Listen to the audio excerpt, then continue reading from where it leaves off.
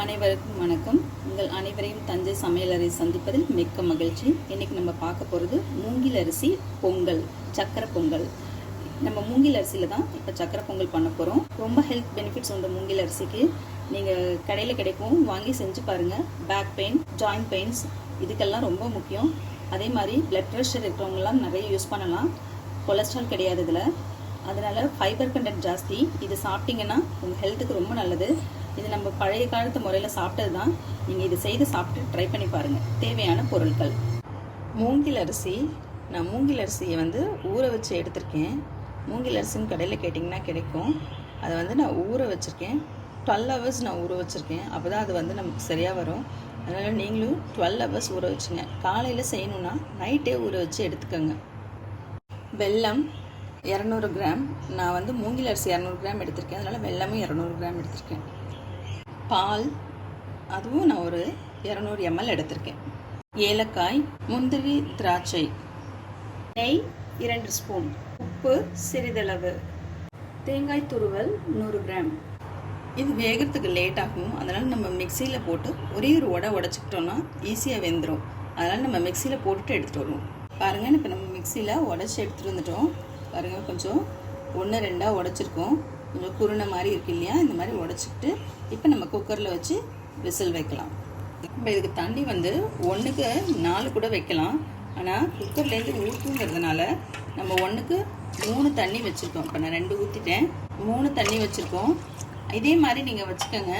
அப்புறம் நம்ம குக்கர் வச்சு இறக்குனதுக்கப்புறம் நம்ம அதுக்கு தேவையான எக்ஸ்ட்ரா தண்ணி கொதிக்க வச்சு ஆட் பண்ணிக்கலாம். நம்ம இதுக்கு உப்பு இதிலேயே வச்சுருவோம். ஏன்னா நம்ம எந்த ஸ்வீட் செஞ்சாலும் கொஞ்சம் உப்பு போடுவோம். அதனால் இதிலே போட்டு வேக வச்சிடலாம். நம்ம இதே மாதிரி 3-4 விசில் வச்சு நல்லா 5 விசில் வரைக்கும் விட்டுருங்க. நல்லா வெந்துடும். நம்ம இப்போ விசில்லாம் போயிடுச்சு, ஸ்டீம் வெளியாயிடுச்சு. இப்போ நம்ம ஓப்பன் பண்ணி குக்கரை எடுத்து நம்ம வெந்திருக்காரு பார்க்கலாம். நம்ம ஓப்பன் பண்ணிட்டோம். பாருங்கள், நல்லா வெந்து வந்திருக்கு. இப்போ நம்ம வெல்லம் சேர்த்துக்கலாம். நம்ம இன்னும் வெல்லம் சேர்த்து கொஞ்சம் பால் சேர்த்து நம்ம இன்னும் கிளறும் போது இனிமேல் நல்லா சாஃப்டாக வெந்துடும்.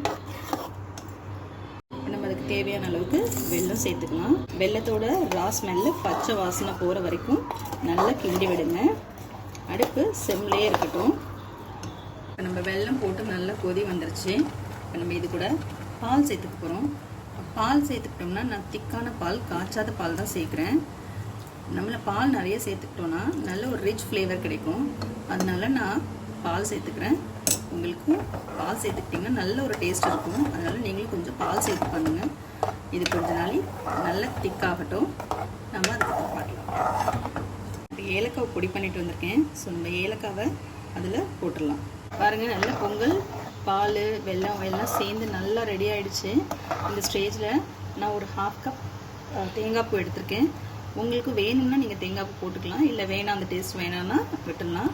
எனக்கு தேங்காய் பூ போட்டால் ரொம்ப பிடிக்கும் பொங்கலில். அதனால் நாங்கள் தேங்காய் பூ ஆட் பண்ணியிருக்கேன். நீங்களும் தேங்காய் பூ ஆட் பண்ணி செஞ்சு பாருங்கள், ரொம்ப நல்லாயிருக்கும்.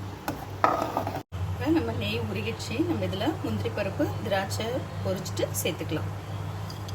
தேவையான அளவுக்கு நீங்கள் முந்திரி பருப்பு போட்டுக்கங்க. இப்போ நம்மளோட முந்திரி பருப்பு நல்லா ஒரு மாதிரி கோல்டு கலராக வந்துருச்சு. நம்மளுக்கு கூட திராட்சையும் ஆட் பண்ணிக்குவோம். திராட்சை கொஞ்சம் பலூனாக வர மாதிரி ஸ்டேஜ் வரைக்கும் நல்லா பொரிச்சுப்போம். இப்போ நம்மளோட திராட்சையெல்லாம் நல்லா பலூனாக வந்துருச்சு. இந்த ஸ்டேஜில் நம்ம பொங்கலில் சேர்த்துக்கலாம். நம்ம பொங்கல் ரெடியாக இருக்குது. நம்ம பொங்கலில் நம்மளோட இதெல்லாம் சேர்த்துக்கலாம்.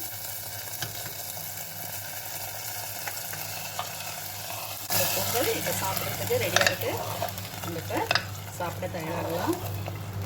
நம்மளோட மூங்கில் அரிசி பொங்கல் ரெடியாக இருக்குது. இந்த ரெசிபி உங்களுக்கு பிடிச்சிருந்ததுன்னா சப்ஸ்கிரைப் பண்ணாதவங்க சப்ஸ்கிரைப் பண்ணிக்கோங்க.